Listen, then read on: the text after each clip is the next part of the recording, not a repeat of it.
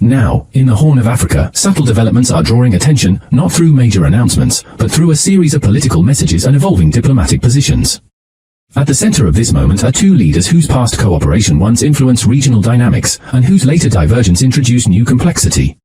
Today, new indications suggest that a cautious pathway toward renewed engagement may be emerging, shaped not only by bilateral interests, but by broader regional and global considerations. And this raises a critical question. Is this the early stage of a meaningful diplomatic shift, or simply a moment of strategic positioning in an increasingly complex geopolitical landscape? كم تريو زلهم زي أبكرنا أفريقيا زكاة زلوا بفلاي بإيرترا مس أمريكا كتجبروا تخل ويون أمريكا نبي إيرترا جزء سديدات تزلا حبريتاز بهالزل بول ستريت جورنالز واتساب بخالو الدماء كتنتنزو علزلا قداي نبي جزء كخيد خل نزبل بوجن نبلتقنا ميديا ويون مس بلتقنا زت أساسرو معرباويا ميديا تاتون انتقونه أمونغ إيرترا إثيوبيان زمدنا كفتر كم زخل ويون أمونغوم زلو صقم أم مفتاح تبقصوتات كوسات كم زغل ويدفيت كجبر كم زغل زقلص حبريتا له زعجي بكل من قد كنرينا مجمريا نتكونتات قريب كاتاتلو معلتاو كم زنحنا نكاتلو تخينكا سلمنتاي كم قبل يمرص አሎቲ ናይ ብልጽግና ቦገን ብልጽግና ዘሎ ሚዲያ ኮሙንቶም ጻዓዱ ምስ ብልጽግና ዝጸጋግዑ ንብልጽግና ክሽፍኑሉ ዝፍትኑ ስለምንታይ ከም ዚ ታክቲክ ይጥቀሙሉ እንደሪልካ ንምንታይ ምዃኑ ብኩሉ መንገዲ ከረዳኩም እየ ምክንያቱ ነቲ ሚድያ ናይ ኣምሓር ናይ ኢትዮጵያ ብኩሉ መንገዲ ራዩ ትብልጽግና አንጻር ኤርትራ ንምጥፋእ ዝገበሮ መንገዲ ኩሉ ማይ ሓቆይፉ ተሪፉ ማይ ሒዞም ተሪፎም የማው ሕጂ እንታይ ክፍትኑሎ ምስ ኤርትራ እርቂ ከድሊ ከም ዝኽእል እዚ ድማ ንምንታይ ክጠቕሞም እዩ ጽምዶ ኣብ ካርቱም ዝግበር ዘሎ ሰሚዕኩም ኣለኹም ኤርትራ ትግራይ ኣምሓራ ቤንሻንጉል ካልኦት ህዝብታት ድማ ከይጋገ ድማ ብዙሓት ህዝብታት ዘለዎ ዓብ ጽምዶ ተገይሩሎ እዚ ድማ ኤሪዘ ሲግናል ኣብይ ኣሕመድ ዓብይ ሽግር ይመፅኦም ዘሎ እዚ ማለት ድማ ምስ ኤርትራ ምትፍናን ከዋፅኦ ከም ዘይክል ብዝተኻለ መንገዲ ምስ ኤርትራ ክዕረቕ ከም ዘለዎ ክፍትን ከም ዘለዎ እቲ ፀገም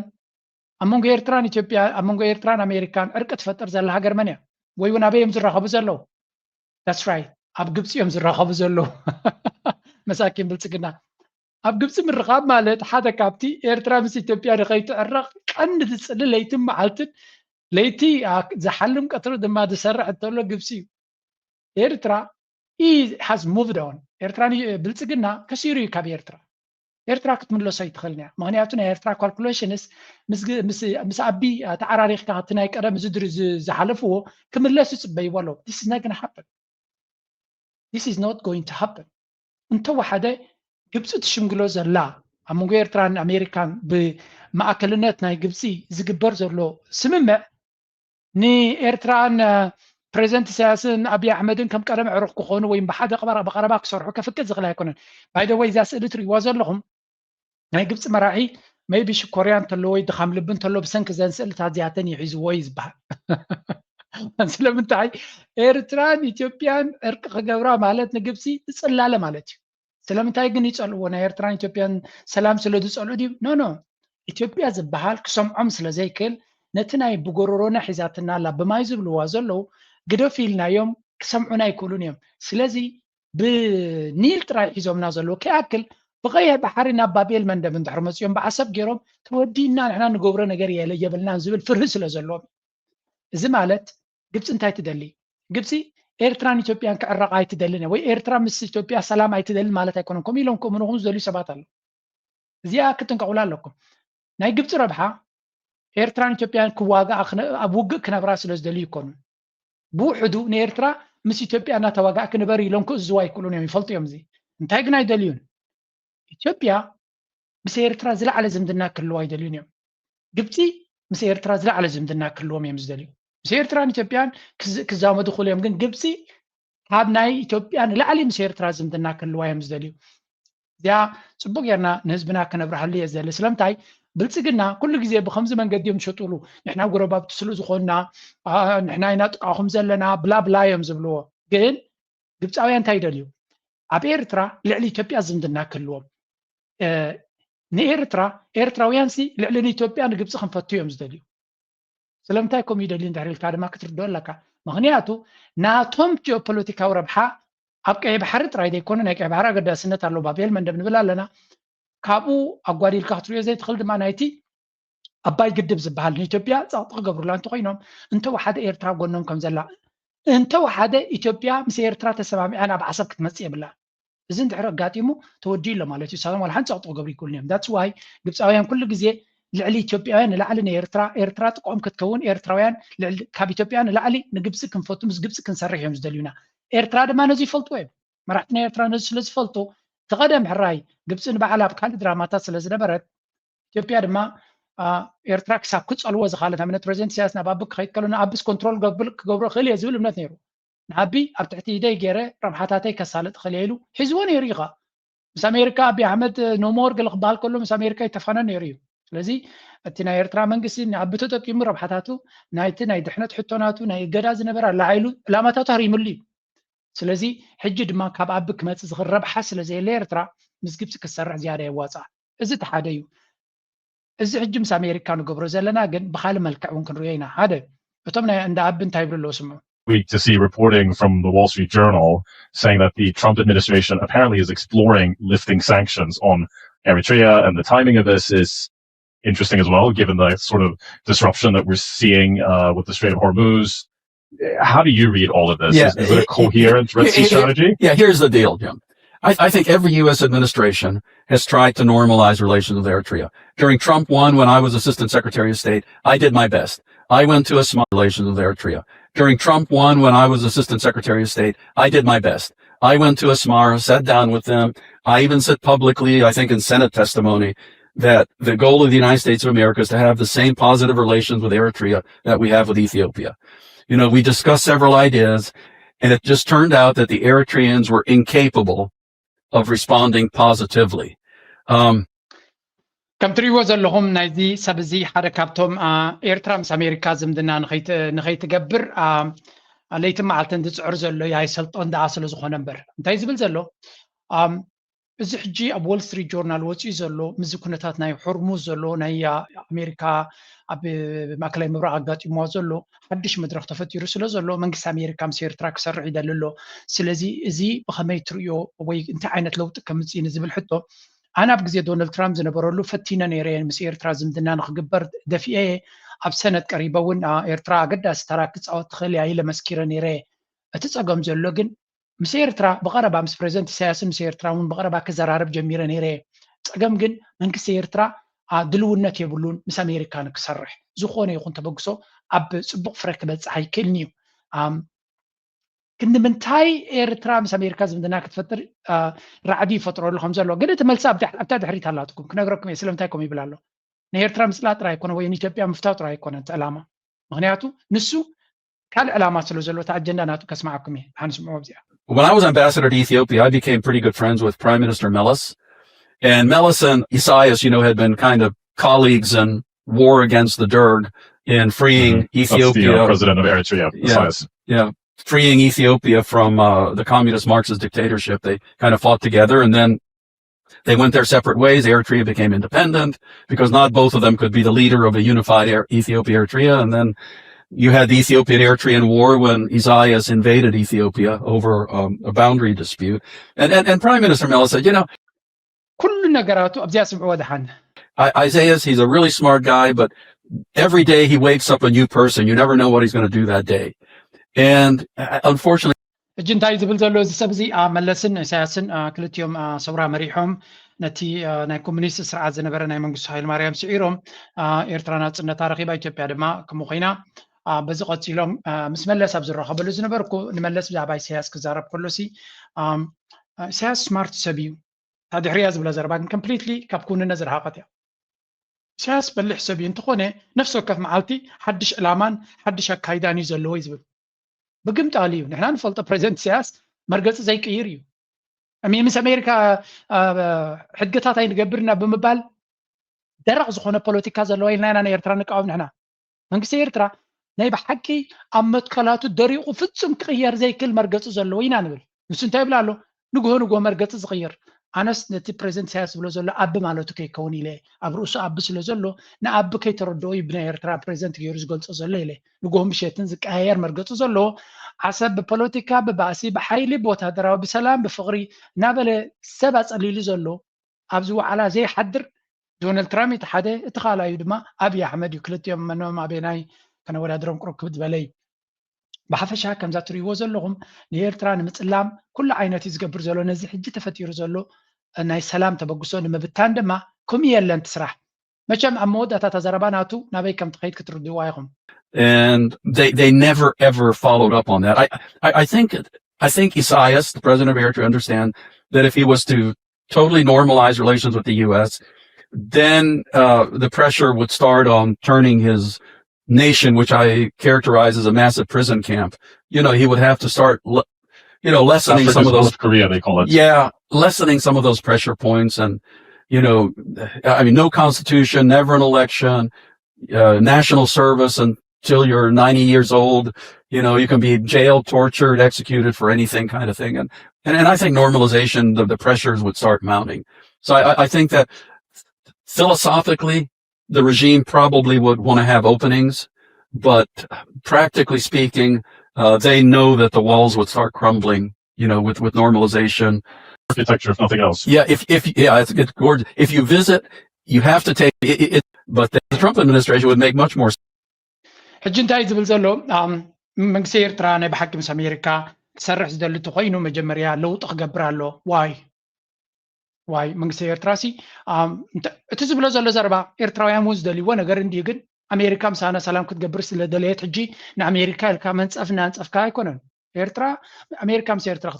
ክትሰርሕ እንድሕር ኮይና ከምዚ ናብ ኢራን ትገብሮ ዘላ ነዚ ንግበሩ ድሕሪ ኢና ዝበሃል ነገር የለን ኤርትራ ከም ዘላታ ምሳና ስራሕ እዩ ጉዳይ ዓለም ተቀይራ ይኸም ቀደም ኣይኮነትን ሕጂ እንታይ ዝብል ዘሎ እንድሕር ናይ ብሓቂ ምስ ኣሜሪካ ክሰርሑ ዘሉ ኮይኖም ሱራት ዘለዎ ድዩ ክፍትሑ ቋም ክትግበር ድዩ ፖለቲካዊ ምርጫታት ክጅመር ድዩ ገለመለ ርግፀኛ እቲ መንግስቲ ኤርትራ ምስ ኣሜሪካ ክሰርሕ ተኮይኑ ነዚ ክገብር የኢልዎም ከምዘየለ ፍሉጥ እዩ ኤርትራ ከም ዘላታ ለውጢ ዝደሊ ኤርትራውያን በዓልና ክንገብሮ ኢና ኩነታት ምስ ተረጋግየ በዓልና ክንገብሮ ኢና መጀመርያ ሉላውነትና ብኩሉ መንገዲ ክረጋገጽ ክኽእል ኣሎ ንግሆም ምሸትን ባሕርኹም ክወርር እየ ዝብለና ዘሎ ሓይሊ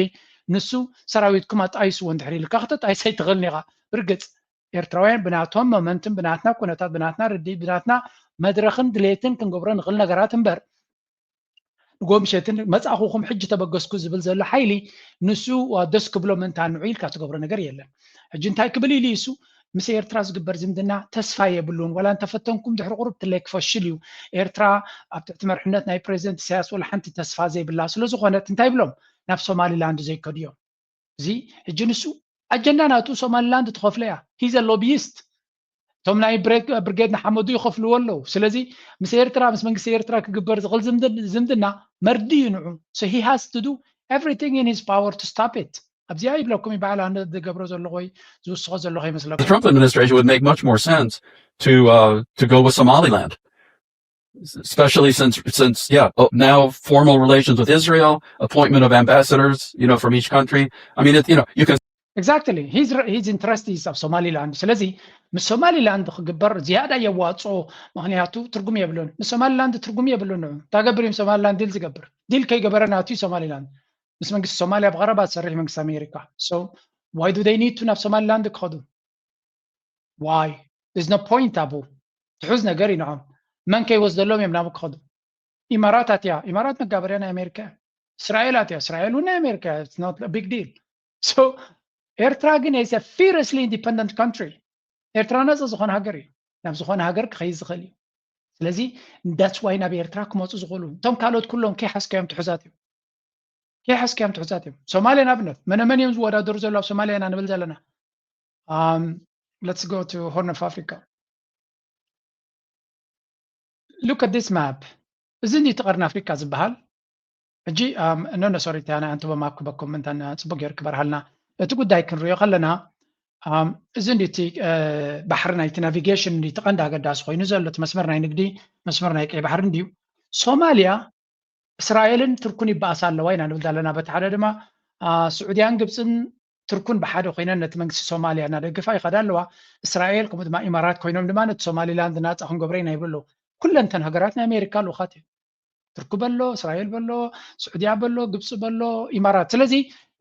يمانا يجبان تقام يجبان in America it doesn't make any difference in America Somaliland now come to Eritrea من اللو بيزا بإرترا nobody إرترا زيادة زمدنا ناتا مسمني مس China and Russia مس China عند زمدنا ناتا مس Russia مس كالو تغراتيو أبزيا تزبلت انترفيو أبزيا زوم إثيوبيان مس أكيل لزقبر واسمعوا ኤርትራ መንግስት እንግዲህ ከአሜሪካ ጋር በግንኙነቱ በሻከረባቸው አመታት ወደ ምስራቁ ዓለም የማማተርና ከነሱ ጋር የጠበቀ ግንኙነት የመፍጠር ሁኔታዎች ተስተውሏል። ከራሻ ጋር ያለው ግንኙነት የተጠናከረ ነው። ከቻይናም ጋር በተመሳሳይ አሁን ይሄ አዲሱ ከአሜሪካ ጋር የሚፈጠረው አጋርነትና የዲፕሎማሲ ቁርኝት በዚህ ግንኙነቶች ላይ የሚፈጥረው ተጽዕኖ አይኖርም? የኤርትራ መንግስት ብዙ ግንኙነቶችን ከምስራቁ ዓለም ጋር እያደረገ ነው። አሜሪካ ደግሞ በአሁኑ ሰዓት እነዚህ ሀገራት ጋር በተለይ ከዚህ ከኢኮኖሚና ከተለያዩ የበላይነቶች ጋር ተያይዞ ስጋት አላት። የቻይናን መስፋፋት፣ የራሻን እንደዚሁ። ስለዚህ ይሄ ግንኙነት በኤርትራ ቀጣይ ዲፕሎማሲ እንቅስቃሴ ከምስራቁ ዓለም ጋር የሚኖራት ላይ ተጽዕኖ አይፈጥርም? ታሕቶን ታያ ኤርትራ ክሳብ ሕጂ ከም ንፈልጦ ዝምድና ናታ ምስ ቻይና እዩ ዝዓበየ ዝምድና ናታ ምስ ራሽያ ፅቡቅ ዝምድና ዘለዋ ምዃና ከምኡ ድማ ምስ ካልኦት ሃገራት ምብራቅ ዝያዳ ኣብኦም ዘተኮረት እያ ምስ ምዕራባዊ ዓለም ብዙሕ ዝምድና የብላና ሕጂ ግን ምዚ ናይ ቀይ ባሕሪ ውድድር ዘሎ ኣሜሪካ ንባዕላ ነቲ ናይ ቻይናን ራሽያን ፅልዋ ክትምንጥሎ ትደልላ ብሓይሊ ክትኣትዎ ትፍትን ኣላ ስለዚ ንኤርትራ እዚ ፀገም ክፈጥረላ ኣይክእልን ምስቲ ቻይና ዘለዋ ዝምድና ወይ ምስ ራሽያ ዝነበረ ዝምድና ሕጂ ኣሜሪካ ክትኣቱ ከላ ምስቲ ናይ ቀደም መሻርክታሲ እዚ እንታይ ዓይነት ፅልዋ ክፈጥረላ ይኽእል ንዝብል ሕቶ ክምልስ ከሎ ንስማ እዩ። የአሜሪካ መንግስት ከራሽያና ቻይና ጋር የሚደረግ ጠበቅ ያለ ዝምድናን በዚህ ሰዓት በስነ ስርዓት እየተቃወሙ ነው። የአውሮፓ ህብረት መንግስታት ከአሜሪካ መንግስት ጋር እንደዚህ መፋጠጥ ላይ ደረሱትን ከቻይና ጋር የተደረገ የኢኮኖሚ መተሳሰር ነው።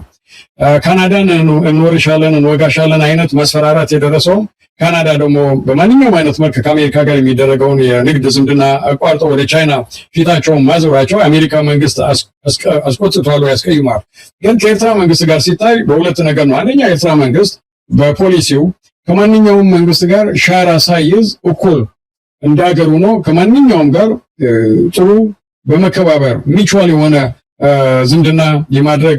ፖሊሲው ብዙ ሀገራት ያውቁታል። ያ ደግሞ ይቀጥላል የሚል እምነት አለኝ። ሁለተኛው ነገር ኤርትራም ሆነች አብዛኛዎቹ የአፍሪካ ሀገራት የአሜሪካን ኢኮኖሚ የሚሻማ በቢሊየንስ ዶላር የሚገመት የንግድ ግንኙነት ከቻይና ጋር የላቸውም፣ አያደርጉትም። አብዛኛዎቹ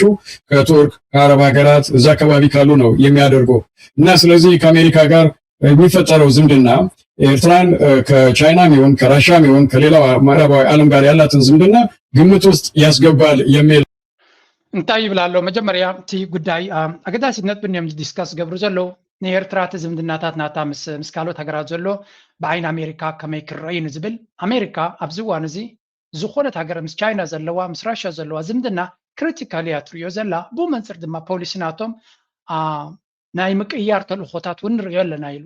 ንኣብነት ኣብ መንጎ ካናዳን ኣሜሪካ ምስሓሓብ ዘሎ ኣብዚ ሕጂ ካናዳ ንኣሜሪካ ዓፅዮም ናብ ቻይና ገፆም ክኸዱ ይደልዩ እቲ ቁጥዕ ናይ ኣሜሪካ ድማ ብተደጋጋሚ ንሰምዖ ኣለና እቲ ምትፍናን እናረሰነ ይኸይድ ከም ዘሎ ንርኢ ኣለና። ኣብ ብራዚል ተመሳሳላይ ጠቕሶኒ ግን ብራዚል ናብ ቻይና ገፃ ምስ ከደት ክሳዕ ክንደይ ምትፍናን ተፈጢሩሎ ምስ ኣሜሪካ ሪናዮ። ቬኔዙዌላ ዕልዋ መንግስቲ ዝግበር ዘሎ እውን ኣካል ናይቲ ናብ ቻይና ናብቲ ከባቢ ዝመፀቶ ንቻይና ንምውፃእ ዝበሃል ዘሎ እዩ። ናብ ኢራን ንሪኦ ዘለና እውን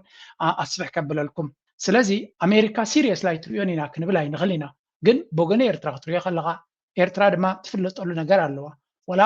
ምስ ቻይና እንተሰርሐት ከም ካልኦት ሃገራት ኣፍሪካ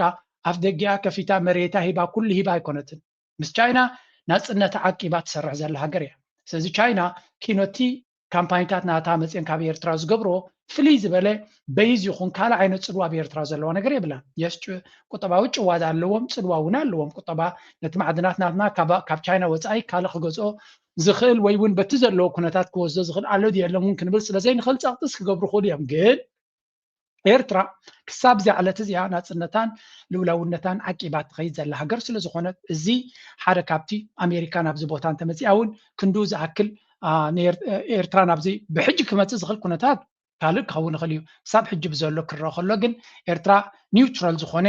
ልውላውነታ ሓልያ ትገብሮ ዘላ ዝምድና زياده نسيو تزقدس بو منصر دما ولا تشاينا يكون راشا بخالو ونكري ويكلون يم زبلو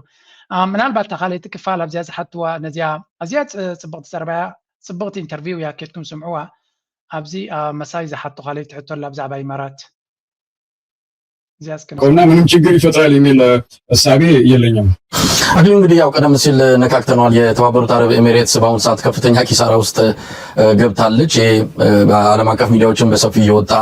የሚገኝ ጉዳይ ነው። የአሜሪካንን መንግስት ድጋፍ ነው የጠየቀችው። በኢራን በኩል የደረሰባት ድብደባ፣ አጠቃላይ የተፈጠረባት የኢኮኖሚ ጉዳት እርዳታ እንድትጠይቅና የአሜሪካንን ደጅ እንድትጠና አድርጓታል። ያ ካልሆነ ግን ወደ ቻይና ገንዘብ ልትዞር እንደምትችልም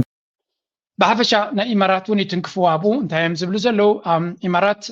بزوح كسارة وريد والو أبكرنا أفريقيا دما عبت هرادس أو زلو هاجر بفلاين بلس قلنا نا أنصار يرترا يخوننا بكالي داي تكرنا أفريقيا تساقمات متتو تاو نخد قبر فاندو تقبر زلايا إمارات نبعلا بتساقمات يام هلاوا بخمي كسالوا يخل نزبلون يتنكفوهم أبي أحمد أبزو حجز اللو درجة كلا كملس كلو بزو نقر كقبر زخلا يكون من البات نقل قال إثيوبياويان كوريدور دوغلدو انت بلا حيلو زلوك مسلوم يخلي جن نعنا بفصم إيرترا نفسها كتكلاخل تخليهم كل نجار كتجبر عم زلوا الناس أزخنة independent زخنة policy زلوا هجر مخانن كمدما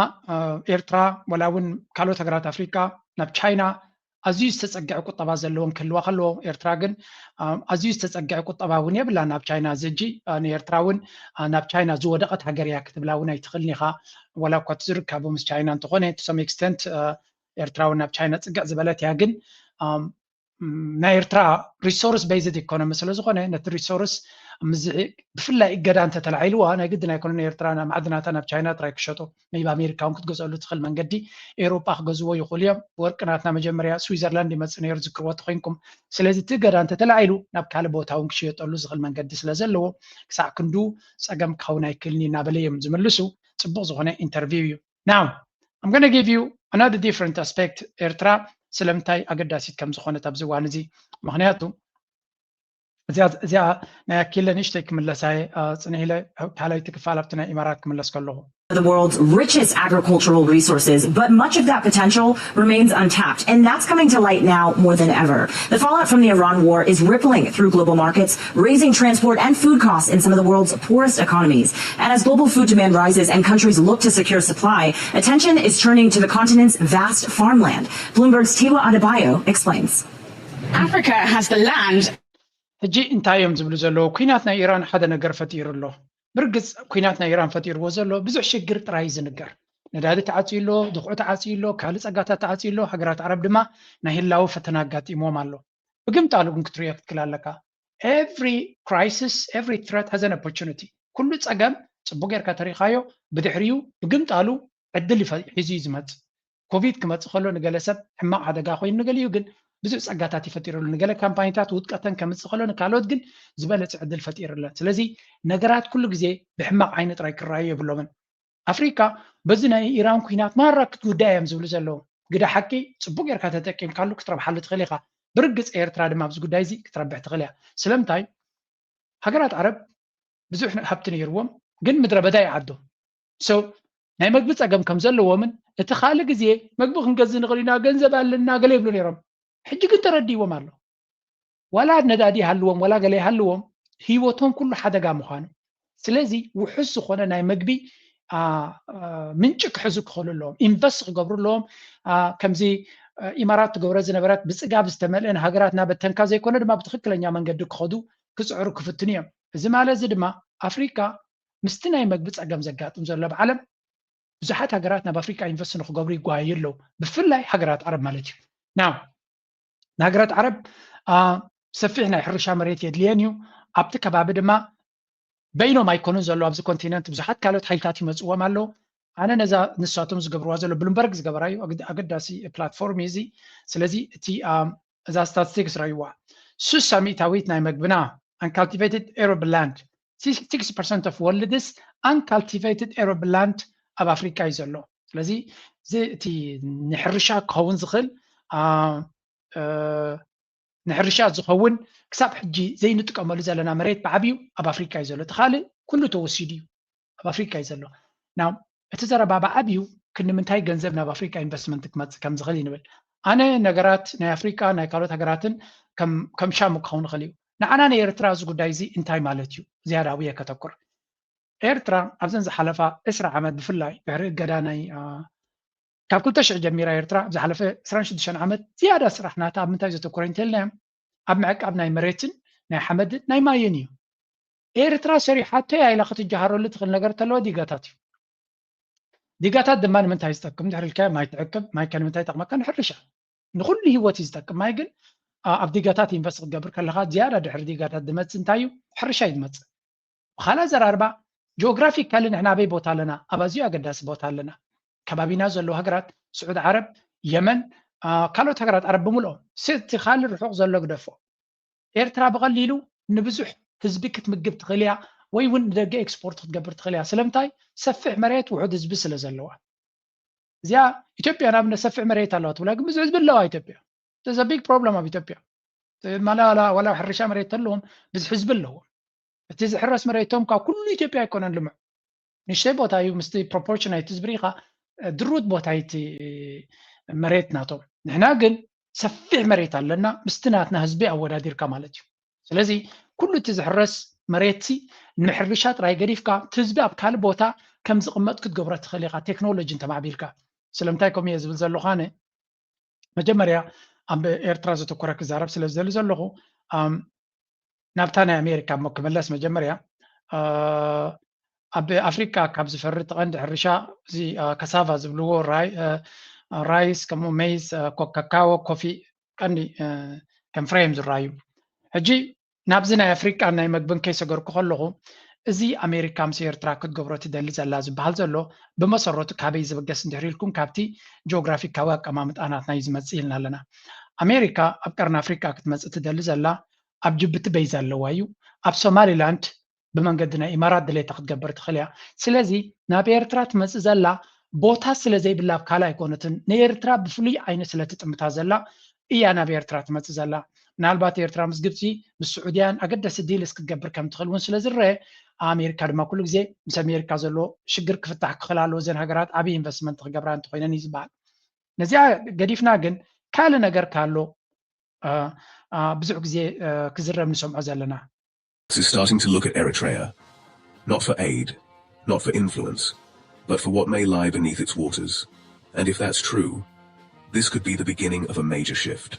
As of April 2026, the world's attention is such...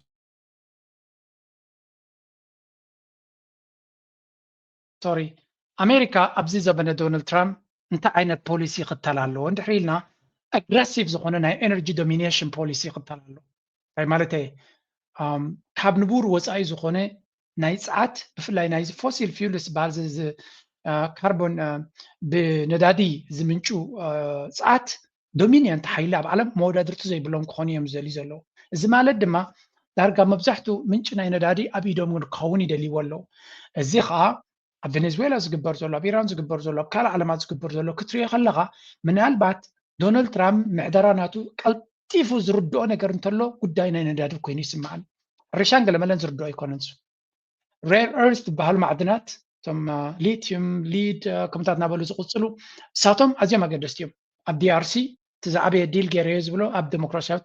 ሪፐብሊክ ኮንጎ እዩ ነቲ ሬር ኤርዝ ሚነራልስ ካብ ቻይና ንምምንጣል ስለ ዝኾነ ቀፂሉ ዝገብሮ ዘሎ መብዛሕትኡ ኣብዘን ዝምዕብላ ዘሎ ሃገራት ናብ ነዳዲ ዘተኮረ እዩ ስለዚ ናብ ኤርትራ ገጾም ኣሜሪካ ዶናልድ ትራምፕ ኣቴንሽን ናብ ኤርትራ ክገብር ከሎ ዝያዳ ኤርትራ እንታይ ዓይነት ዲስካሽንስ ንቕድሚት ከተምፅእ ኣለዋ ክንብል ከለና እዚ ኤርትራ ነዳዲ ኣለዋ ድየብላን ኦፍሾር ዲ ወላ ኦንሾር ዝበሃል ነዳድናት ጋዝን ነዳድን ኤርትራ ኣለዋ ድየብላን ንዝብል ከም ቴማ ከም ዓብ ቶፒክ ክዝረብ ዝኽእል እዩ ብዙሓት ድማ ከምታት ፖስት ክገብሩ ይርኢ ኣለኹ ምክንያቱ ኤርትራ ሂስቶሪካሊ ናይ ነዳዲ ቦታ ነዳዲ ክህልዋ ከም ዝኽእል ዘረጋግፅ ነገራት ቅድሚ ሕጂ ኣጋጢሙ ነይሩ እዩ ስለዚ ካብ ዚሮ ዝብገስ ነገር ከም ዘይኮነ እዩ ዝንገር ዘሎ ኤርትራ ድማ ምስዚ ናይ ኣሜሪካ ንሕና እንታይ ንደሊ ኣለና መብዛሕትና ኤርትራ ኣሜሪካ ኣብ ናትና ወተሃደራዊ ቤዝ ክትገብር ንደሊ ኣለና እንታይ ዳ ናይ ቁጠባዊ ሽርክነት ኢና ንደሊ ኣለና ዝምድና ማለት ገለ ነገር ክህልዎ ኣለዎ ቁጠባዊ ዝምድና ክኸውን ይኽእል ወተሃደራዊ ዝምድና ክኸውን ይኽእል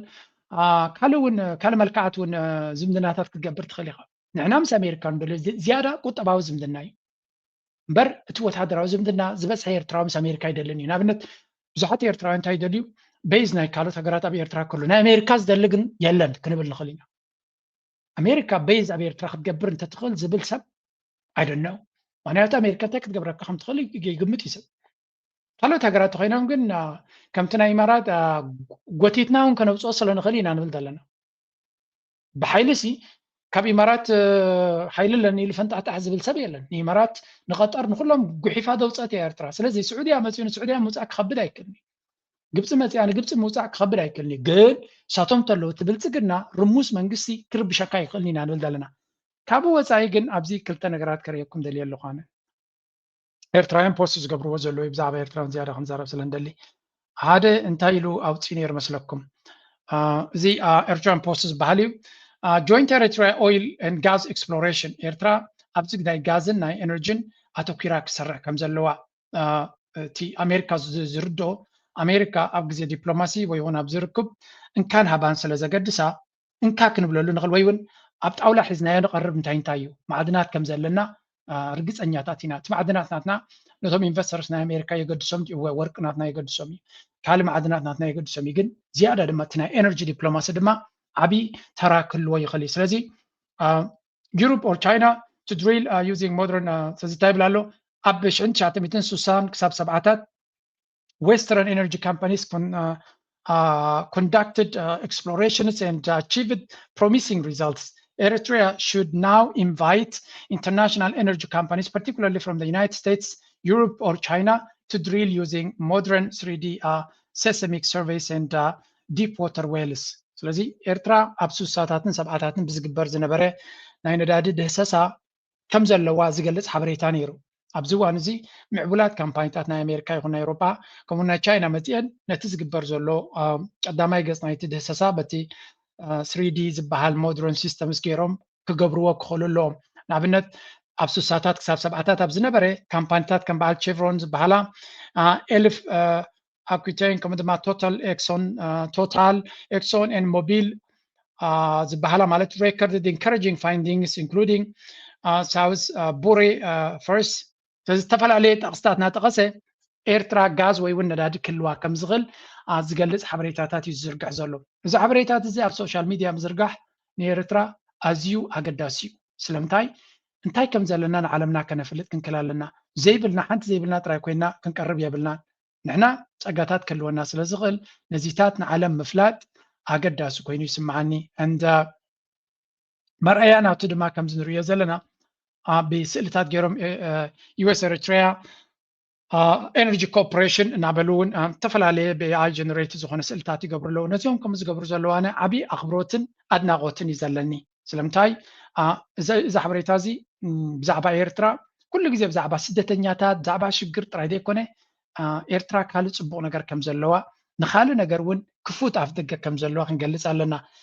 ንኣብነት ናይ ኤምባሲ ናይ ኣሜሪካ ገለ ፖይንት ኣውፅዎ ዝነበረ we are prioritizing partnerships that matter ስለዚ ኣሜሪካ ከም ፖሊሲ ኣብ ዘመነ ዶናልድ ትራምፕ እንታይ ይብሉ ኣለዉ ንሕና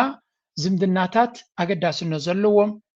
aligning our resources within our strategic objectives and ensuring that our engagement delivers real benefits for the American people and results for our African partners ስለዚ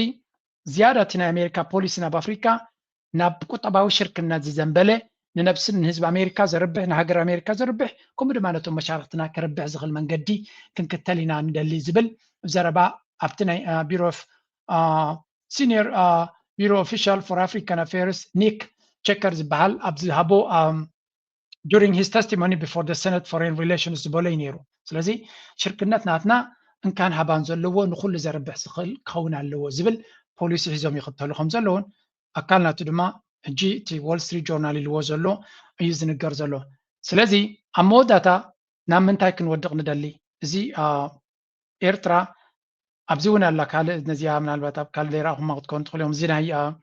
ሜዲተራኒያን ሬድ ሲ ኤክስፕሎሬሽን ሳሚት ዝብል ብሓደ ናይ ኤርትራ ካምፓኒ ናቅፋ ኤነርጂ ዝበሃል ኣብ ሸርመል ሼክ ግብፂ ዝግበር ኣብዚ ኤርትራ ናይ ኤርትራ ቅዱሳት ኢንቨስተራት ከምኡ ድማ መንግስቲ ኤርትራ ካልኦት ትካላት እውን ኣትራክትድ ኮይኖም ኣብዚ መፅኦም ናብ ሓደ ጭቡጥ ነገር ክሰግረሉ ዝኽእል መንገዲ እንተዝህሉ ክንደይ ደስ ምባለና ምክንያቱ ንሕና እውን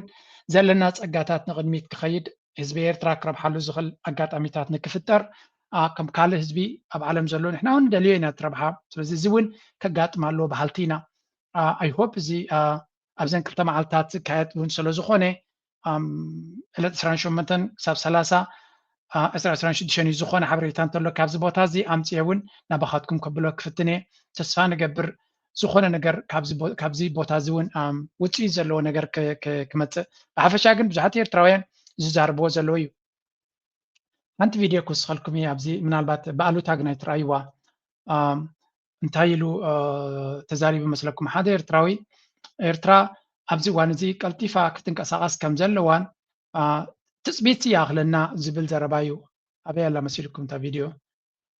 let me put this one for you and then ከሪየኩም ስለ ዘለኹ ሓንቲ ዳውንሎድ ገብር ኣለኹ give me a second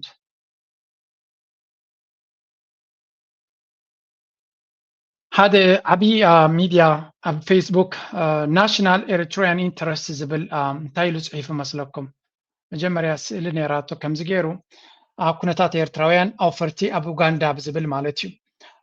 ብዙሕ ዓይነት ኣውፈርቲ ከም ዘለውን ኤርትራ እንታይ ኢሉ መሲልዋ መስለኩም ከምዚ ዓባይ ዳዕሮ ሳግላና ትናታ ሃገራዊ ረብሓ ኢሉሲ ከምታ ኣንቢባ ፍሪኣ ግን ናብ ጎረባብቲ ዝወድቕ ዓባይ ዳዕሮ ኮይና ንተርፍ ኣለና ዝብል ሓተታይ ተጠቂሙ እዚ ከምዚ ኢሉ ዘሎ ሰብ ዓብይ ሃገራዊ እዩ ስለዚ ብዛዕባ ሃገራውነቱን ካልኡን ዘጠራጥር ምክንያት ክህልወኩም የብሉን ሂዝ አ ቨሪ ፓትሪዮቲክ ሰብ እዩ there was this just give me a second ክበኩም ስለ ዘለኹ እየ እዚኣ ክበኩም እታ ኦሪጂናል ስፖስት ገበራ ህስስ ዝበለትኒ ዘይገበርኳ ዘለኹ where was that give me a second ክልተ ፖስት እየ ነይረን ንክልተን ኣተሃይዘ ክበኩም ስለ ዘለኹ where was that yes here ምናልባት ትፈልጥዎ እንድሕር ኮይንኩም ምናልባት ብዛዕባኡ ንሱ እውን ጥንቃቐ ብዝመልኦ ሰብ ነቐፌታን ፀርፍን ከይገብረሉ ናፈርሄ ዝፀሓፋያ ነይራ ስለዚ we need to be careful ንከምዚኦም ናሽናል ኤሪትሪያ ኢንተረስት ዝብል ትፈልጥዎ ትኾንዮም ኣብ ኣካውንትናቱ ብዙሕ ብዛዕባ ኤርትራ ዝሕለቕን ኣገዳሲ ፅሑፋት ዝፅሕፍ ኣካውንት እዩ ካልእ ሰብ ድማ ኣተኽልቲ ዝበሃል ንዓ ቀዲሑ ኣብ ፌስቡክ ፖስት ኣብ ትዊተር እዚ እውን ኣገዳሲ እዩ ኣብ ፌስቡክ ዝፅሓፍ ኣብ ትዊተር ክፅሓፍ ወይ ኣብ ኤክስ ክፅሓፍ ደስ እዩ ዝብለኒ ስለዚ ንክልቲኦም ዓብይ ኣድናቆት ኣለኒ እንታይ ዝብል ዘሎ ከምታ ፍሪኣ ኣንቢባ ፍሪኣ ግን ናብ ጎረባብቲ ዝወድቕ ዓባይ ዳዕሮ ኮይና ንተርፍ ኣለና ብመጀመርታ ነቶም ንገዛ ዓቕምን ብቕዓትን ነፍስኹም ገምጊምኩም ሃናፅ ሪቶታት ትቡና ወገናትና ኣዝና ነመስግን እንጂ ከምዚ ዝብል እቶም ብዛዕባ ኤርትራ ፅቡቅ ክንዛረብ ከለና ግን ሕማቕ እዩ ገለመለ ንብሎ ትብሉ ግደፎ ንዓኹም ዝምልከት ኣይኮነን እዩ ዝብል መብዛሕትኦም ኣብ ጁባ ቅድሚ 10 ዓመት ወይ 20 ዓመት ካብ 10 ክሳብ 20 ዓመታት ህንፃ ዝሰርሑ ዜጋታት ንደቂ እቲ ሃገር ኣረኪቦም ኣለዉ ወይ እውን ከረክቡ ይቀራረቡ ኣለዉ እዛ ዘረባ እዚኣ ስምዕዋ ገለ ሰብ ኣሎ ሃብታማት መፂኦም ሆቴላት ገይሮም ከተማ ቋፀርዋ ድዮም ብላብላ ኢሎም ዝዛረቡ ደይርዶም ቢዝነስ ኣብ ቢዝነስ ሓንቲ መዓልቲ ወፊሮም ዘይፈልጡ እዞም ኤርትራውያን ኣብ ጁባ ዓበይቲ ፓላሶታትን ሆቴላትን ዝሰርሑ ንክንደይ ዓመት እዮም ትገዛ ሊዝ ገይሮሞ ነይሮም ገሊኦም ን20 ዓመት ገሊኦም ን30 ዓመት ገሊኦም ን15 ዓመት ገሊኦም ን10 ዓመት እዩ ድሕሪኡ እቲ ገዛ እቲ ሆቴል ናብ ዋኑ ኢኻ ተረክቦ ክደግመልኩም እየ ነቲ ሆቴላት ናብ ዋናታቶም ኢኻ ተረክቦም ብካልእ ዘራርባ ሓደ ሰብ ኣብ ጁባ መሬት ተነይርዎ ሓደ ኤርትራዊ 5 ስታር ሆቴል ተሰሪሕሉ ን5 ዓመት ሰሪሑ ክረብሓሉ ድሕሪ እቲ ሆቴል ተረክቦ ኢኻ ወይ ገለ ክፋልናቱ ከም ብሓድሽ ኮንትራክት ሓዲስካ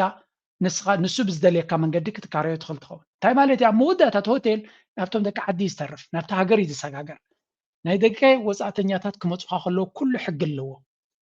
ኣብ ገለገለ ኤርትራውያን ጠቕላላ ንቢዝነስ ከም ኣሉታ ጥራይ ዝርኢ ሰብ ኣሎ መንግስቲ ኣብ መወዳእታ ክወርሶ ይኽእል ነቲ ኢንቨስተር ዝገብረልካ ዘሎ ነቲ ሃገር እዩ ዝኸውን ሃብቲ ሆቴል ተሰኪሙ ዝኸይ ሰብ የለን ናው ቀፂሉ እንታይ ይብል ኣሎ ዝኸበርኩም ተኸታተልቲ ከምቲ ኣብቲ እዋን ሓፋሽ ይኹን ዝምልከቶ ኣካል ኣተኩሮ ክገብረሉ ነልዕሎን ኣገዳሲ እዋናት ድሓን ንዋሕ ስለ ዝኾነት ኣብ ካልእ ከይድኩም ኣንብብዋ ምናልባት ፅማቕ እንተገዲፎም ላይ ኣለዉ ኣብዚ ክርአኩም እየ ናይ ዩጋንዳ ተመክሮ ኣብ ዩጋንዳ ዘለዉ ኤርትራውያን ኣውፈርቲ እቶም እስራ ጥራይ ዕዉታት ኤክሰል ዝገብሩ ክኾኑ ከለዉ 80 ሚታዊት ግን ከም ዝኸሰሩ ወይ እውን ኣብ ስግኣት ከም ዘለዉ ይሕበር ክሳራት ትሕተ ቅርፂ ሊስ ሆልድ ኣብ ድሓን ኣብዚኣ ተመሊሰ ክገልፀልኩም ስእሊ እንታይ ምዃኑ እቲ መልእኽትናቱ كيتكم بحالكم زيادة كتنببوا تخليهم انتهي زبل زلو እዞም ኤርትራውያን ኣብ ኡጋንዳ ከይዶም ኢንቨስት ዝገብሩ ዘለዉ ዓብ ክፋል ናቶም ክሳራ የጋጥሞም እዩ ተርዲኹም ኣለኹም ክሳራ ማለት እንታይ ማለት እዩ ግን ሪሊ ክሳራ ማለት እንታይ ማለት ናይ ገንዘብ እቲ ገንዘብ ካብ ኤርትራውያን ኣብ ኢድ ኡጋንዳውያን ይሰግር ኣሎ ማለት እዩ ምክንያቱ ሆቴል ክገብር ትኮንካ ብዙሕ ገንዘብ ኢኻ ኢንቨስት ትገብር እቲ ገንዘብ ካባኻ ናብቶም ካልኦት ሰጊሩ ኣሎ ማለት ኢንቨስትመንት እስኻ እንተረ ከሲርካ ኤርትራዊ ካብ ኣሜሪካ ርሂፁ ዘምፅኦ ገንዘብ ንኡጋንዳውያን ረኪብዎም ጥራይ ይመለስ ኣሎ ኢና ንብል ኣለና ኣብ ኤርትራ ከይዱ እንተዝኸስር ከደኣ እንታይ ኢልኩምኒ ንኤርትራውያን እዩ ዝኸይድ ገንዘብ ትፍልልይ ኣብዚ ዘሎ ኤርትራውያን ብዙሓት ኣብ ካልእ ዓለም ከይዶም ይኸስሩ ኣለዉ እቶም ዝኸስቡ ጥራይ ብዙሓት ይኸስሩ እዮም እቲ ዝኽሰር ዘሎ ገንዘብ ኣብ ኤርትራ እንተዝኽሰር ነይሩ እቲ ገንዘብ ኣብ ኤርትራ ይዝተርፍ ስለዚ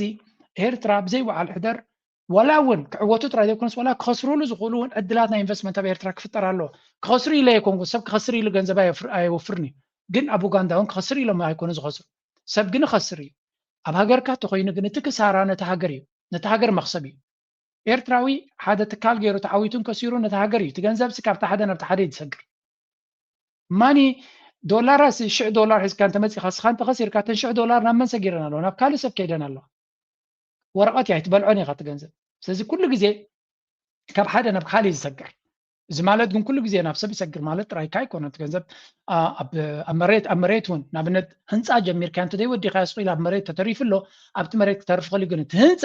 ገንዘብ ኣይኮነን ሒዙ ዘሎ እቲ ሑፃ እቲ ብሊኮቲ እቲ ሲሚንቶ እቲ ነዳቃይ እቲ ገለመለ እቲ ገንዘብ ወሲድዎ እዩ ንስኻ ወዲኻ ኣለኻ እቲ ህንፃ ጠጠው ኢሉ ኣሎ ንስኻ ግን ጥራይካ ተሪፍካ እቶም ኣብኡ ዝሰርሑ ዝነበሩ ግን እቲ ገንዘብ ወሲዶሞ እንታይ ማለት እዩ ኣብ ኤርትራ ዝግበር ኢንቨስትመንት ንኤርትራ ከርባሓ እዩ እቶም ሰባት ክረብሑ ድዮም ኣይረብሑን እዮም ኤርትራውያን ገንዘቦም ካብ ካልእ ዓለም ክገብርዎ ከለዉ ግን ንካልኦት ሃገራት እዮም ዘማዕብሉ ዘለዉ እንተኸሲሮምን እንተኸሲቦምን ነተን ሃገራት ይጠቕምዎን ኣሎ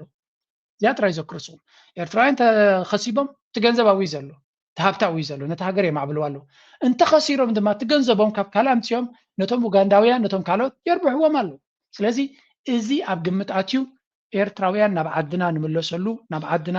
ኢንቨስት ንገብረሉ ዝያዳ ክፀዓረሉን ኣተኩሮ ተዋሂብሉ ክኸይድን ብፍላይ እዚ ምስ ኣሜሪካ ንገብሮ ዘለና ዝምድና ድማ በዚ መቃን እዚ ተራእዩ ቀዳማይ ምሕንቆ ናይቲ ኢንቨስትመንት ኣብ ኤርትራ እንታይ ኢና ንብል ብዙሕ ግዜ ቀዳማይ ምሕንቆናትና እቲ እገዳ እዩ ወይ እውን እቲ ዕፅዋ እዩ ወይ እውን እቲ ሕማቕ ነገር እዩ ስለዚ እዚ ዎል ስትሪት ጆርናል ወሲዱ ዘሎ ኤርትራ ምስ ኣሜሪካ ዘለዋ ዝምድና ክትፈትሕ ትደልላ ዝብል እቲ ሲግናል ንባዕሉ ኣወንታዊ ፅልዋይ ዝፈጥረልና ስለዚ እዚ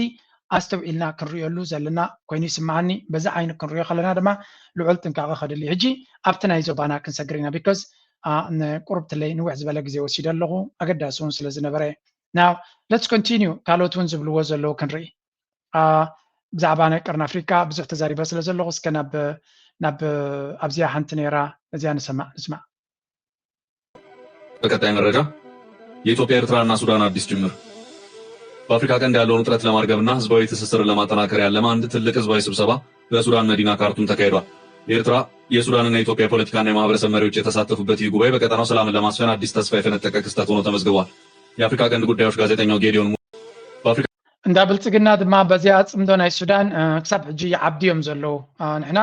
እዚ ንትን ክንብለሎም ኣይንኽእል ኢና ቢካዝ it's not our problem, it's not our situation ከዓብዱ ክንገጥፎም ኣለና እዚ ጽምዶ ኣብ ሱዳን ዝተኻየደ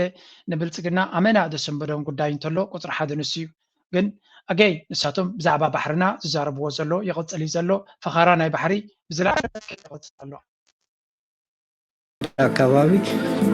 አለ ከተባለ የባህር ኃይል የኢትዮጵያ ባህር ኃይል ነው። የነሱ ያልሆነውን ለምን ይወሰዳል ነው ውጭታችን ያ ነው። አሰብ ላይ ስሜቱም የለም የኤርትራነት ስሜት ይጨርሶ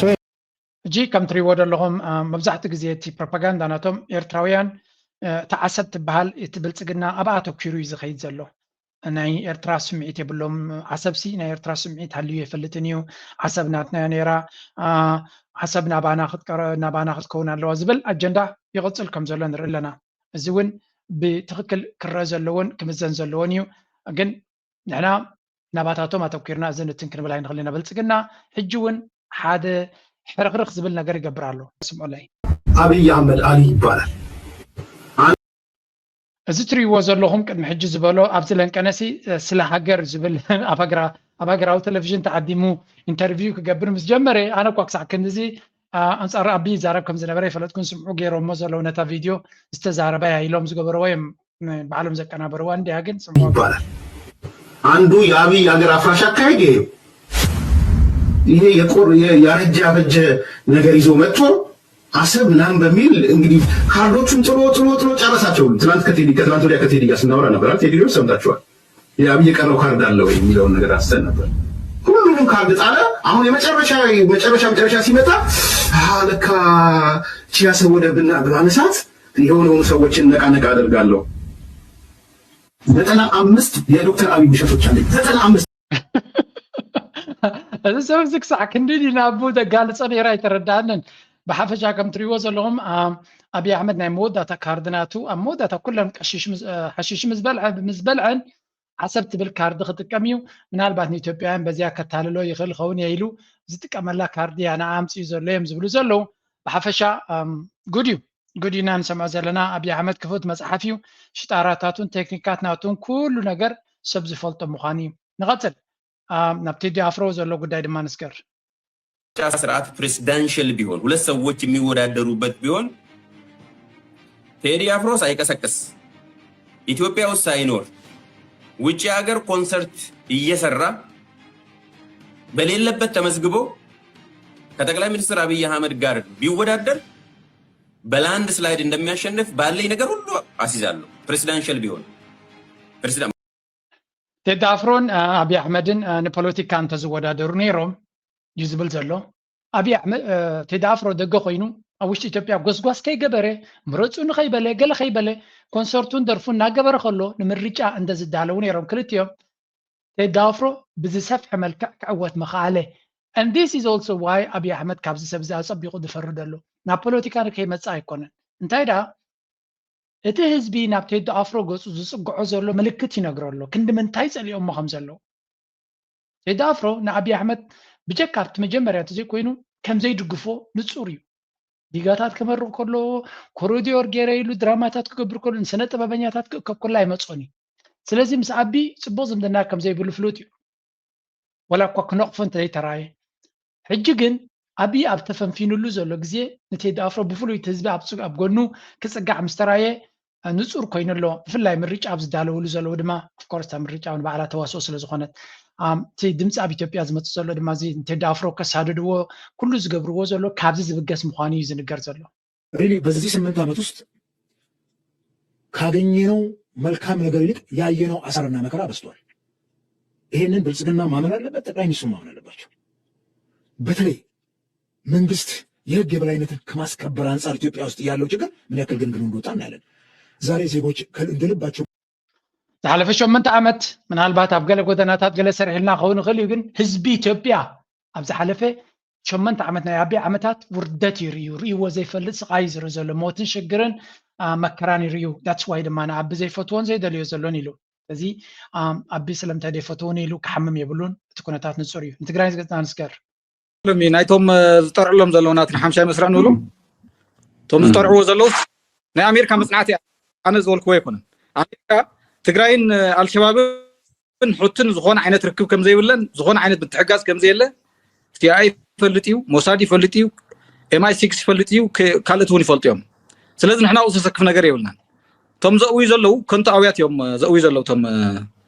ቶም ፃዓዱ ባንዳታት ንብሎም ቶም ተጋሩ ኣሕዋትና ማለት እዩ ቶም ወገንና ኣብዩ ኮይኖም ረኸብና ያለውሚ ሰኣና ያለውም ኢሎም ዘእውዩ ዘለዉ ማይ እዮም ዝሓውኑ ዘለዉ ምክንያቱ ናና ዝመፅእ ሰዓበን የለን ንሕና ንዛረብ ዘለና ዋላ ብተዘዋዋሪ እንተኾነ